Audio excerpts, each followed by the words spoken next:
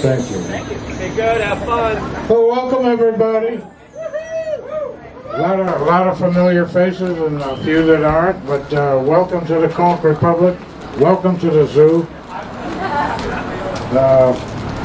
It's our 40th anniversary now, so we're having all kinds of great affairs to celebrate it. This is one of them. Having affairs a lot. It's grand to see all you good folks here. Anyhow, sea stories. You all know the difference between a sea story and a fairy tale? Well, a fairy tale begins once upon a time, and a sea story begins, now this is a real no-shitter. Yeah, sea stories. I'm going to start out with one of my favorite little sea stories about a guy who was walking down Duval Street, and he had a peg leg, and he had a hook instead of a hand, and he had a patch over one eye. A curious bystander stopped him and said, "Hey man, you look like a pirate. That what you are?" "Ah," he said, "so be it. What of it?" He said, "Well, tell me," he said, how'd you come to lose your leg?" "Well," he said, "it was in a terrible sea battle, and a cannonball from the other ship come right across the deck, took me leg right off." He said, "Well, how about your hand? How'd you lose that?" "Well," he said, "it was another sea battle, and guy come swinging through the rig from the other ship, lopped me hand off with his cutlass." "Wow." He said, "How about your eye? Did you lose that in battle too?" "No," I said, "damn seagull." "Say what?" He said, "Well, one day I was looking aloft in the rig, and a seagull shit got me right in the eye, and I wasn't quite used to me hook yet."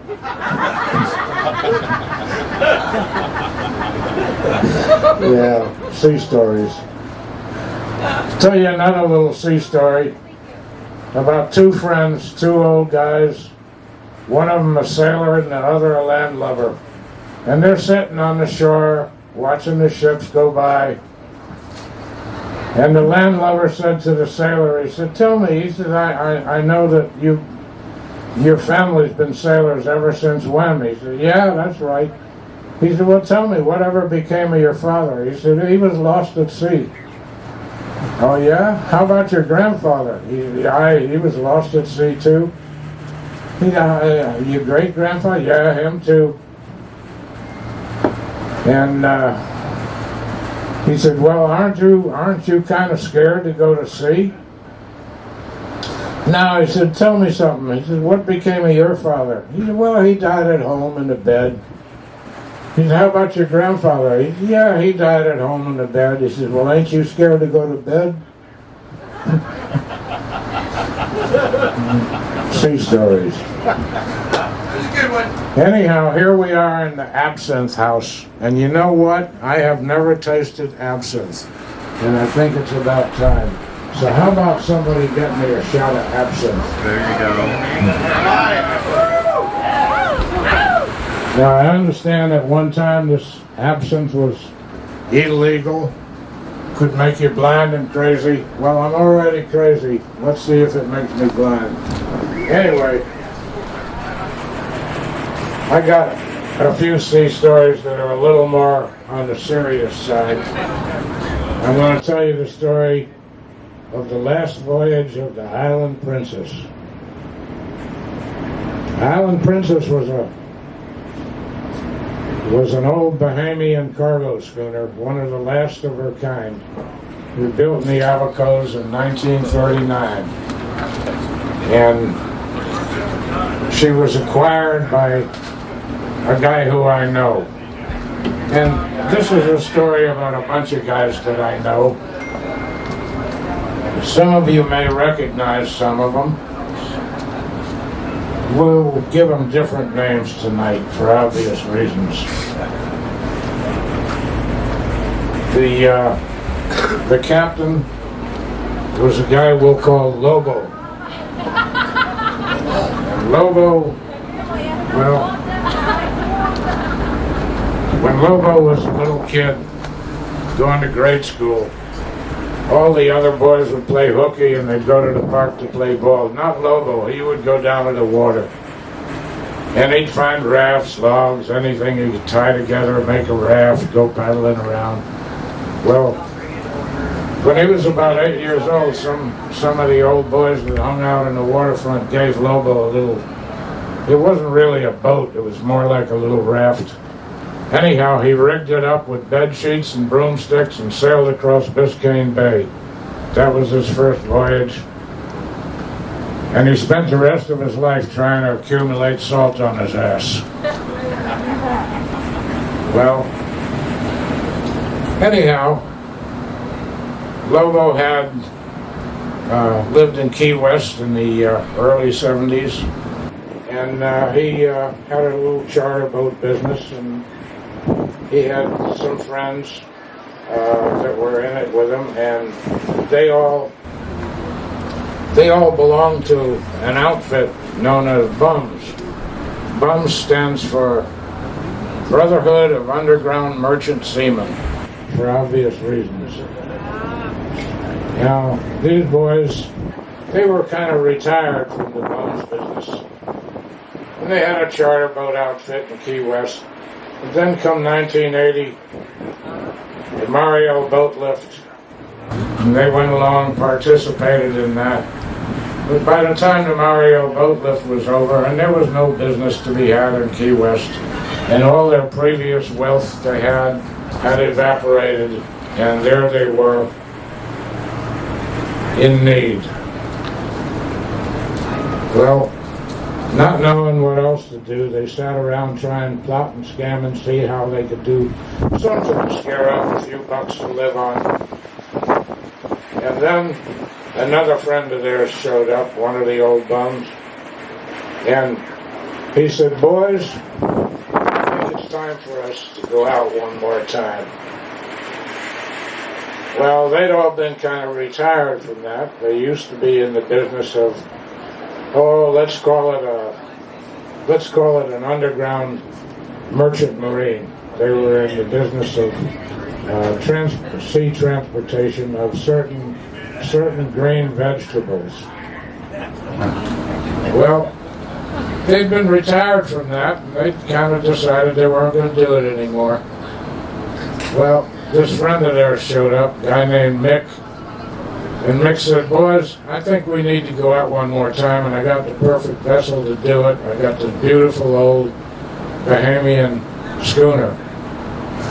And he bought the schooner in the Abaco Islands and brought it back to Key West. And they all sat around and, no. And Mick gave them 100 reasons why they did need to go out one more time. "Okay, we'll do it." Well, they got the ship ready, and the night before they sailed, they all went down to the old Full Moon Saloon and spent the night on a farewell party. And I got a little rhyme that describes the rest of the story.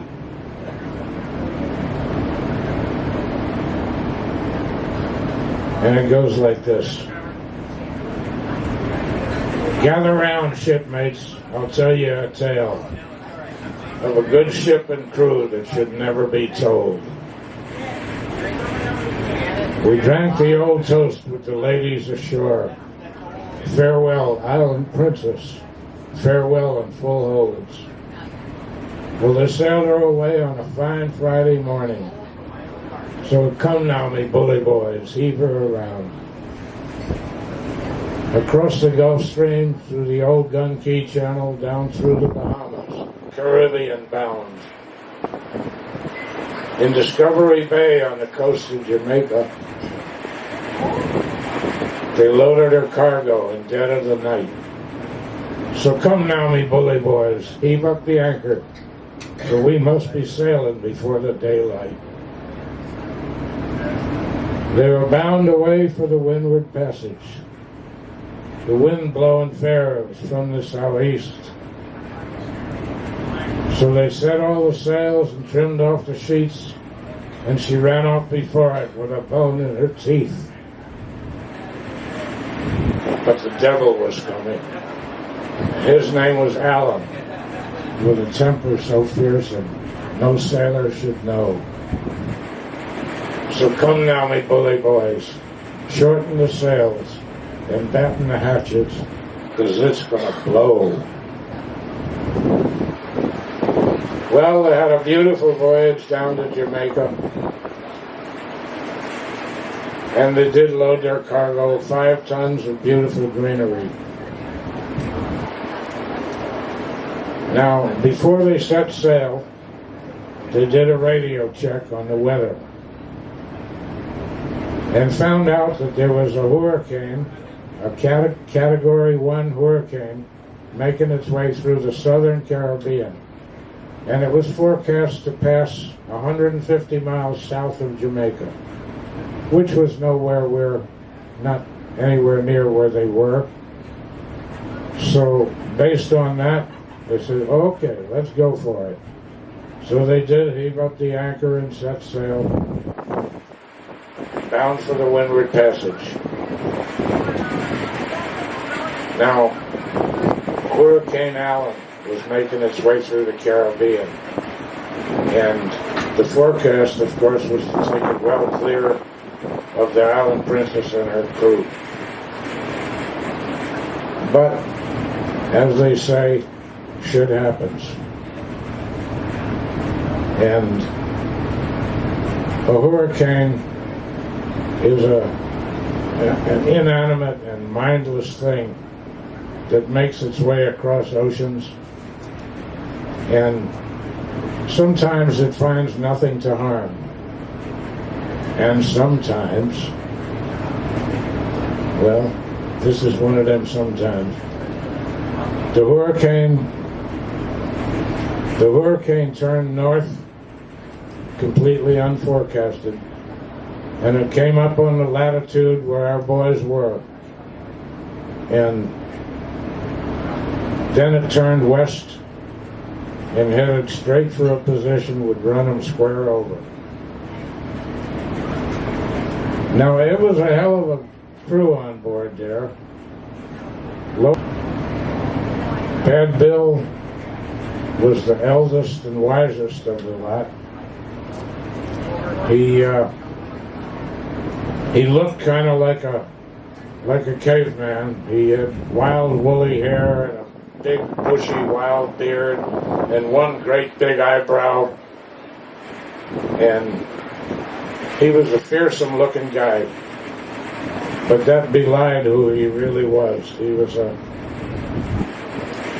among other things, he was a chemist, a physicist, a poet, a musician, and a philosopher, and he was completely what do you call it? He was,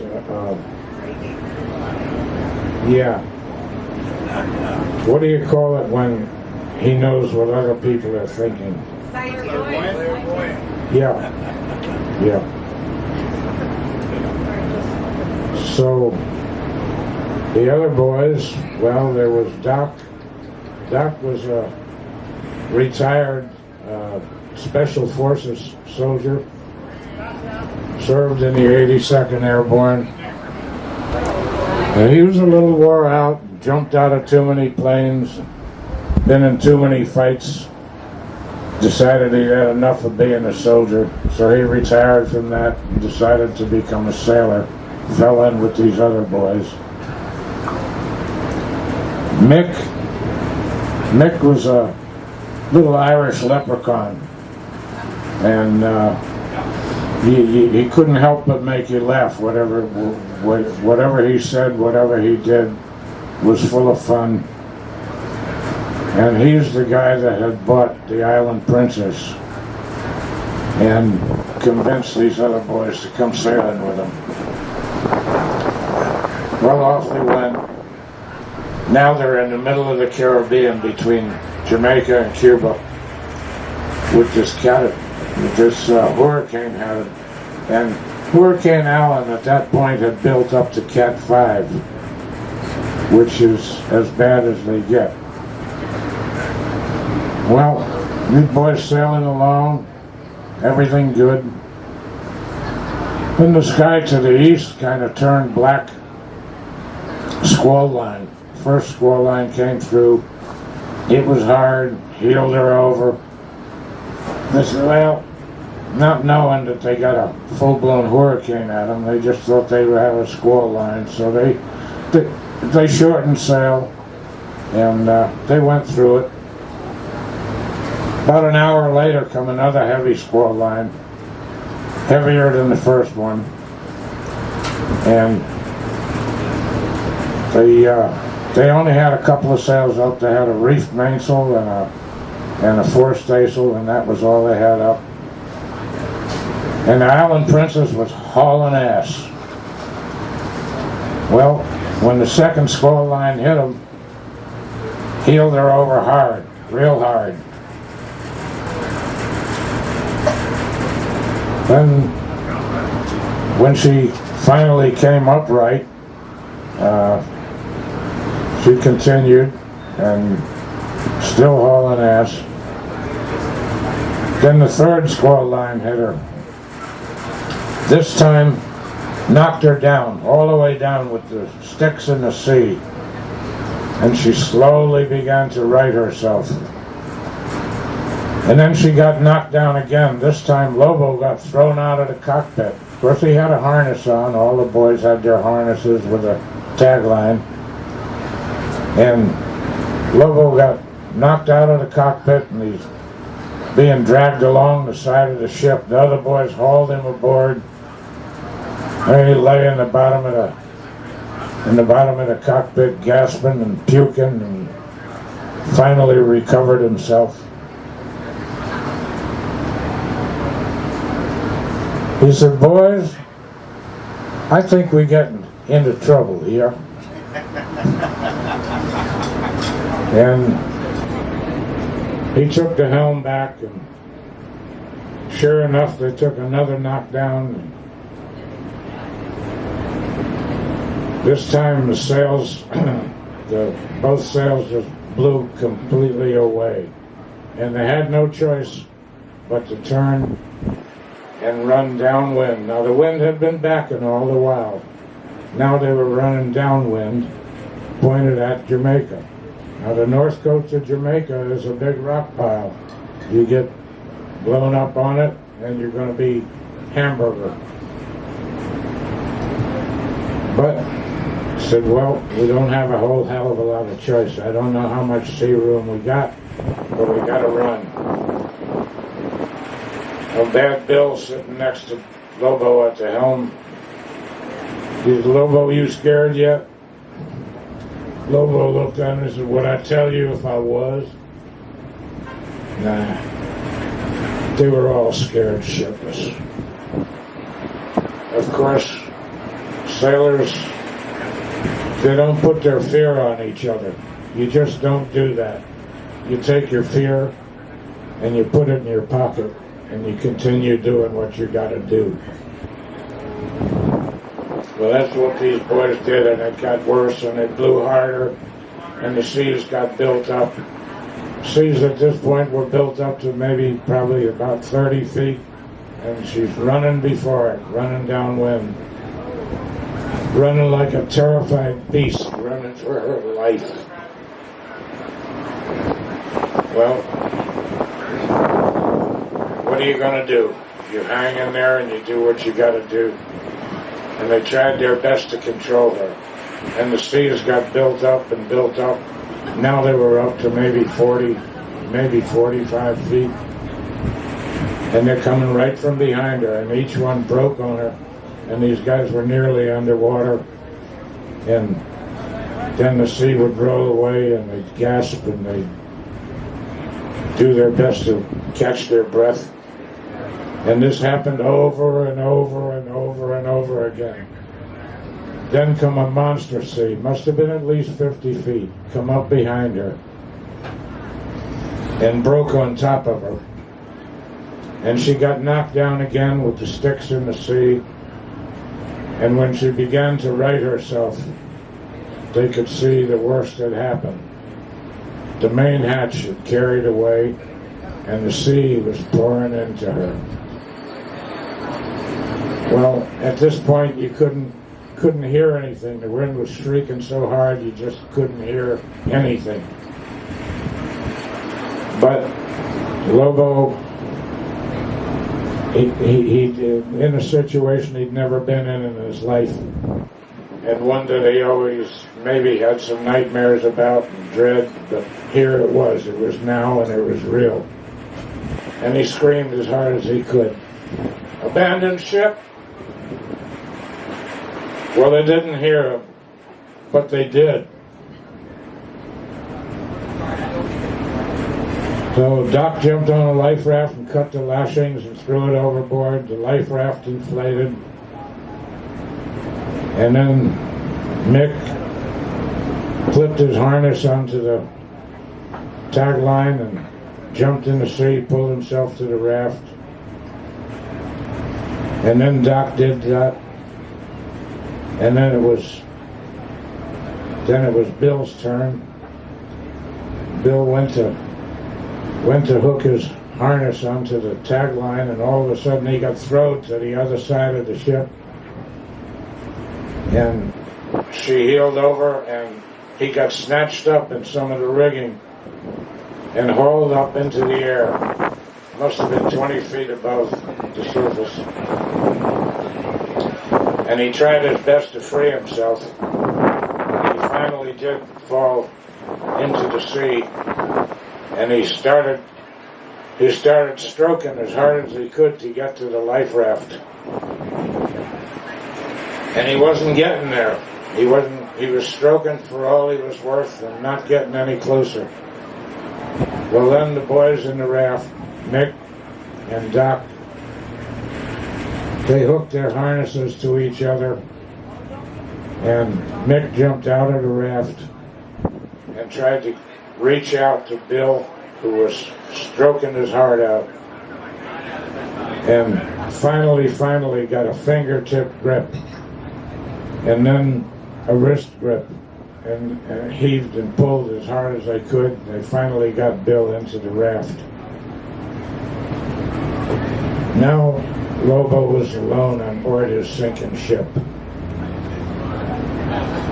and he was froze like that. He just completely froze. He couldn't do anything. He couldn't think anything. He couldn't see anything. This was his worst nightmare come true. And he stayed froze like that. I don't know, maybe a few seconds, maybe a few minutes. And then all of a sudden there were these three voices in his head. "Okay, asshole, let go over." Well, he'd been holding the ship up out of the sea by the spokes of the wheel. I know that doesn't make sense, but that's what he was doing. And he heard them voices, and he came to, and he let go of her, snapped his harness onto the tagline, jumped in the sea, and pulled himself to the raft.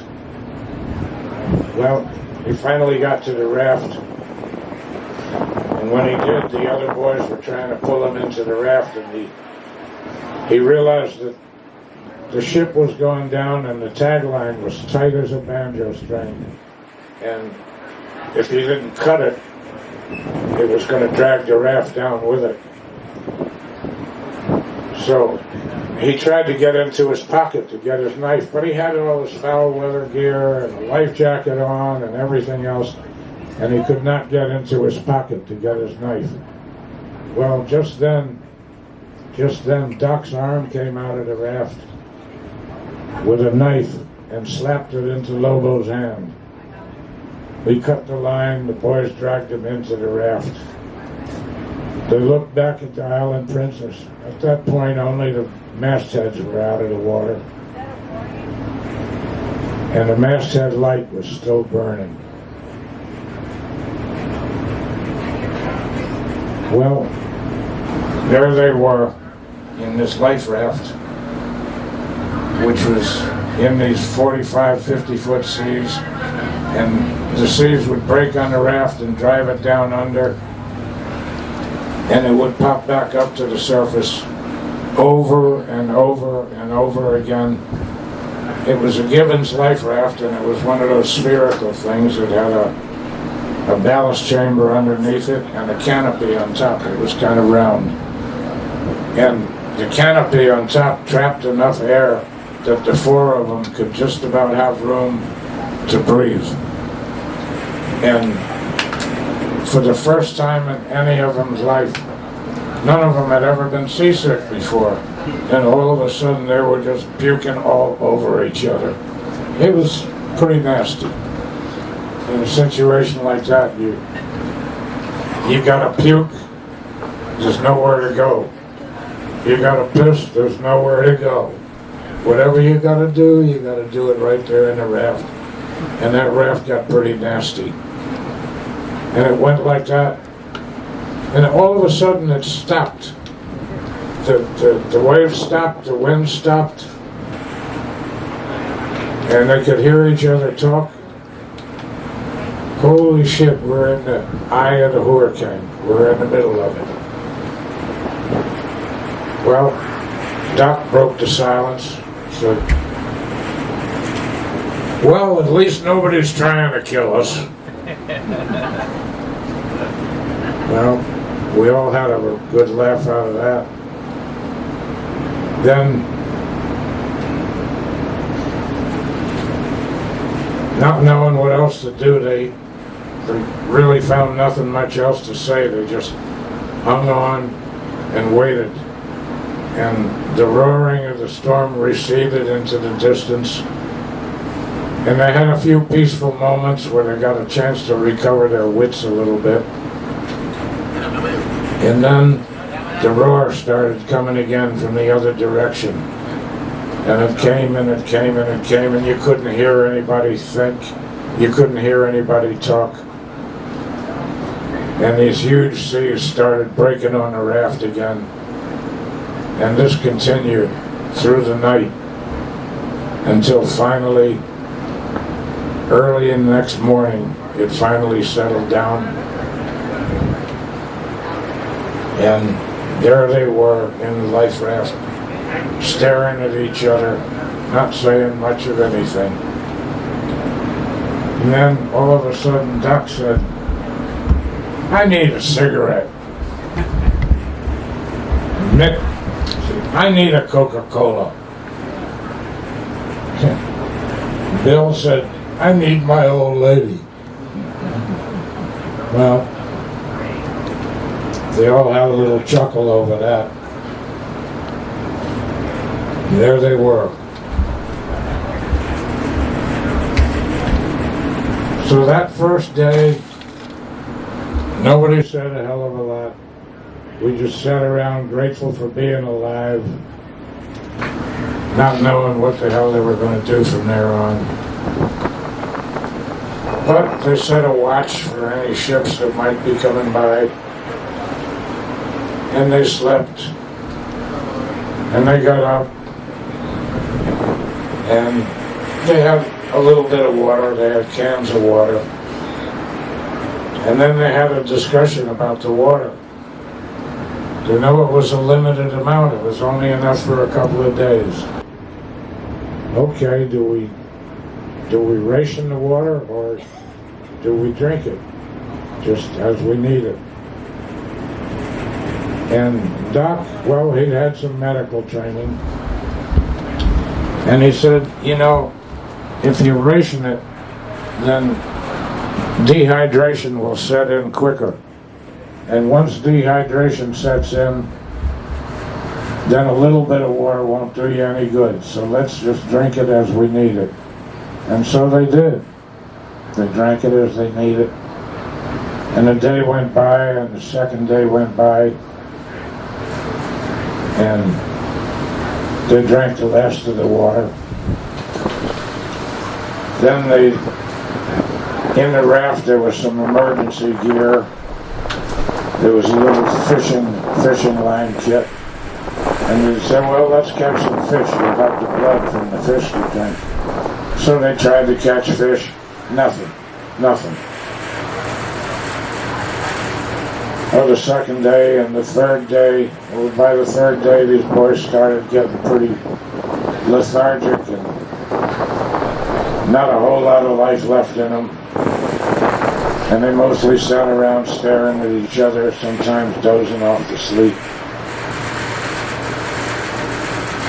At one point, Nick, he started looking pretty bad. His eyes were kind of sunk into his head, and his skin was pale and puffy. And the other boys were getting a little concerned about him. So at one point, Bad Bill reached over and he grabbed Nick by the shirt and he jerked him up. He said, "Listen, mother, if you die, we're going to eat your ass." Well, that got him awake. That did get him awake. And we all had a good chuckle over that one. Then we're into the third day, and while they were sitting around just mostly staring at each other, Lobo was suddenly completely overwhelmed with guilt. It was his decision to sail. He'd put these boys where they were,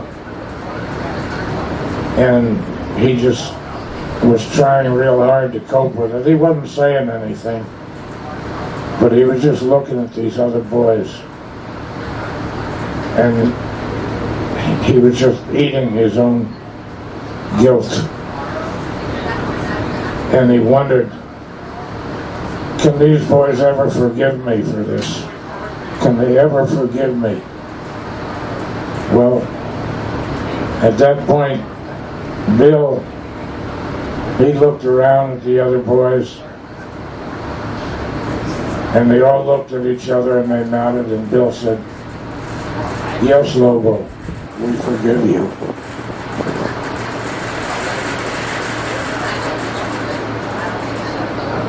So that was a pretty heavy moment for him, but he took it in and he put the guilt away. Now we're into the fourth night, and as I said, they had posted a watch, took turns at watching the horizon. Bill was on watch. The rest of the boys were sleeping, and he said in a quiet voice, but just loud enough to wake everybody up, "I see the lights of a ship." And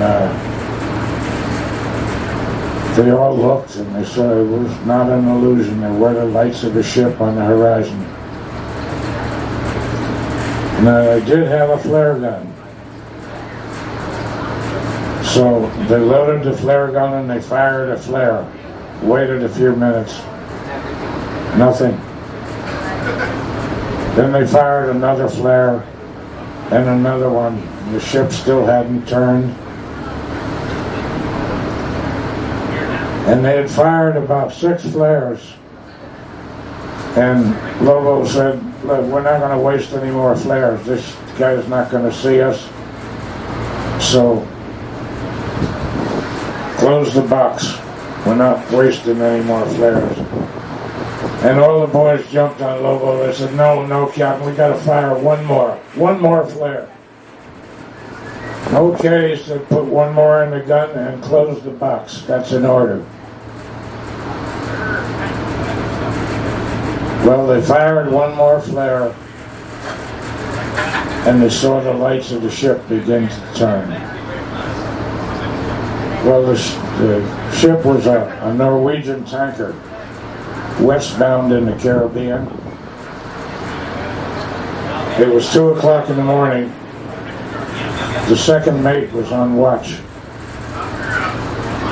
And he'd been inside the bridge and he hadn't seen any of those other flares. But then he decided he was going to go out on the wing of the bridge to have a smoke. Well, he went out on the bridge and lit up a cigarette, and bam, there was this flare on the horizon. And he turned his ship, and they made their way to where the raft was, because at that point he could see it on his radar. Stopped about 100 yards away from the raft, and the boys paddled the raft up alongside. They put down a ladder and they climbed up onto the deck of this tanker. And at that point they were all pretty weak. Well, there they were sitting on the deck of this tanker, and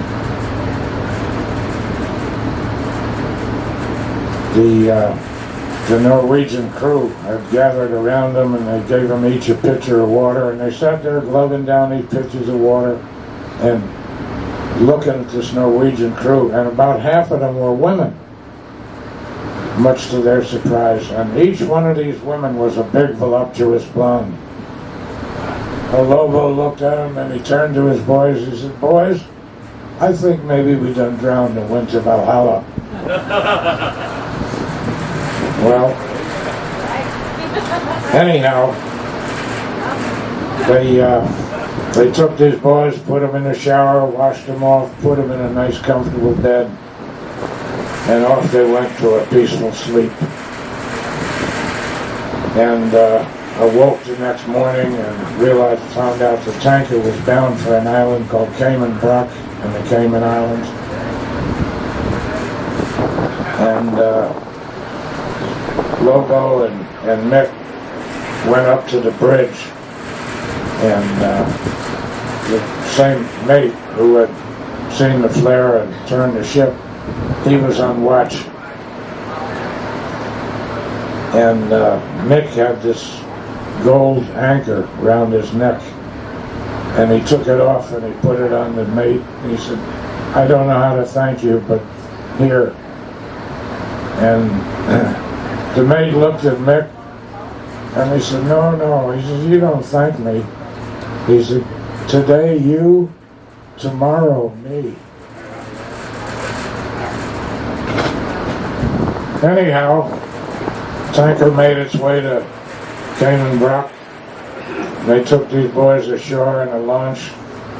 Now, Cayman Brock had been overrun with the same hurricane, and about half the buildings on the island had been destroyed. There was about 1,000 people on the island. About half of them were homeless when the tanker got there. And they had a little hospital, probably about the size of this room, and it was filled with their people who had been injured and screwed up one way or another. And half the roof had been blown off the little hospital. But they took these boys and they put them in bunks under the best part of the roof that was still on. And they hooked them up to IVs, and they took care of them. And these boys soon realized, they began to realize that these people are taking care of us better than they're taking care of their own people. And they couldn't quite understand that. Well, 2 days passed, and then Bill and Lobo felt well enough to get up and take a walk. Well, they walked about half a mile down the beach, and they came to what it kind of looked like a little graveyard. There were markers, stones that looked like gravestones, and they stared at it for a while and realized that this couldn't be a real graveyard because those stones were too close together. And they began to read what was on them. So-and-so is so, born 1932, lost at sea. So-and-so, born 1947, lost at sea. And each one of them was a marker for a sailor who had been lost at sea. And Lobo and Bill looked at each other, and they realized the significance of this, because the Cayman Islanders are seagoing people, and over the years many of them have been lost at sea, and it was their tradition to put a grave marker where there's nobody buried for a guy who was lost at sea. And they looked at that and they looked at each other and they said, now we understand why they were taking such good care of us, because the sea had taken them and gave them back alive.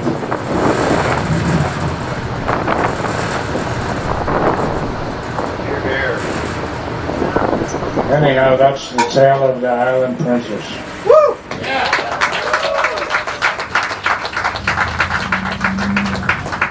An absinthe for the Admiral. Thank you, thank you. Absinthe. And a side of water. Okay, folks, here goes nothing. Absinthe.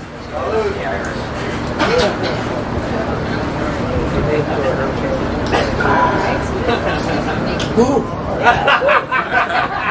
No wonder it used to be illegal.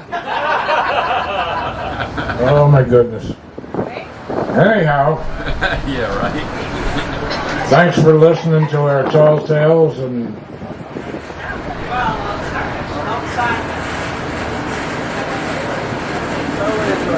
so we'll say, here's a toast for all you good sailors. Say, fair winds and full holds, sail you always a straight and fair course. And if you meet the devil, cut him in two and sail between the pieces.